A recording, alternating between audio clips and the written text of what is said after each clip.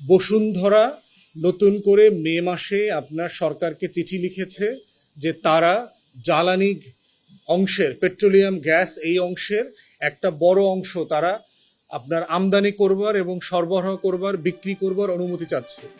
দেশের জ্বালানি তেল আমদানিতে দীর্ঘদিনের সরকারের নিয়ন্ত্রণে পরিবর্তনের সম্ভাবনা তৈরি হয়েছে। বাংলাদেশ পেট্রোলিয়াম কর্পোরেশন বিপিসির মাধ্যমে এতদিন জ্বালানি তেল আমদানি করে আসছে সরকার। এবার সরাসরি জ্বালানি তেল আমদানির অনুমতি চেয়ে সরকারের কাছে আবেদন করেছে বসুন্ধরা গ্রুপ। বিদ্যুৎ, জ্বালানি ও খনিজ সম্পদ মন্ত্রণালয়ে দেয়া আবেদনে পেট্রোল, অকটেন, ডিজেল সহ বিভিন্ন ধরনের জ্বালানি তেল সরাসরি আমদানি ও বিপণনের অনুমতি চেয়েছে Bashundhara oil and gas company limited. আবেদনটি যাচাই বাছাই করতে বিপিসির পক্ষ থেকে গঠন করা হয়েছে একটি কমিটি। এতে প্রতিষ্ঠানের কারিগরি সক্ষমতার পাশাপাশি আমদানির সম্ভাব্য প্রভাব, আইনি বিষয়, সরকারি তেল বিপণন কোম্পানির ওপর প্রভাব এবং সরকারের রাজস্ব সবকিছু বিবেচনা করা হবে। বেসরকারি খাতে আমদানির সুযোগ দেওয়া হলে জ্বালানি বাজারে প্রতিযোগিতা বাড়তে পারে এবং বিকল্প সরবরাহ ব্যবস্থা তৈরি হতে পারে। এতে আমদানি ব্যবস্থাপনায় দক্ষতা ও জ্বালানির সরবরাহের গতি বাড়ার পাশাপাশি সংরক্ষণাগার, টার্মিনাল ও সরবরাহ অবকাঠামো উন্নয়নের সুযোগ তৈরি হতে পারে। তবে রয়েছে বড় বড় ঝুঁকির সম্ভাবনাও। বড় পরিসরে বেসরকারি আমদানি শুরু হলে সরকারি তেল বিপণন কোম্পানিগুলোর বাজারে প্রভাব কমতে পারে। জ্বালানি মূল্য নির্ধারণ, মান নিয়ন্ত্রণ, ডলার ব্যয় ও সরকারের রাজস্ব নিয়েও তৈরি হতে পারে প্রশ্ন।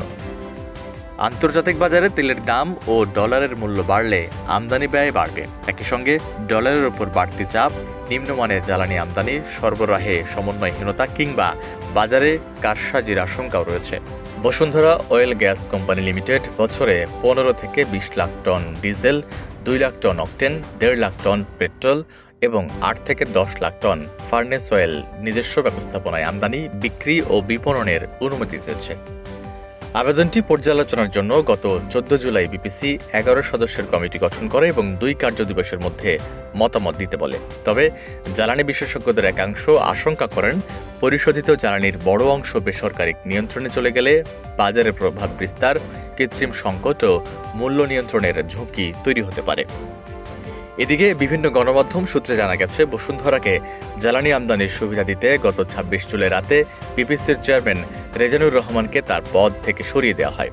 সংশ্লিষ্ট সূত্রের দাবি, বেসরকারি খাতে জ্বালানি আমদানির প্রস্তাবে বিরোধিতা এবং প্রভাবশালী কয়েকটি প্রতিষ্ঠানকে সরবরাহকারী তালিকায় না রাখায় তিনি চাপের মুখে পড়েন।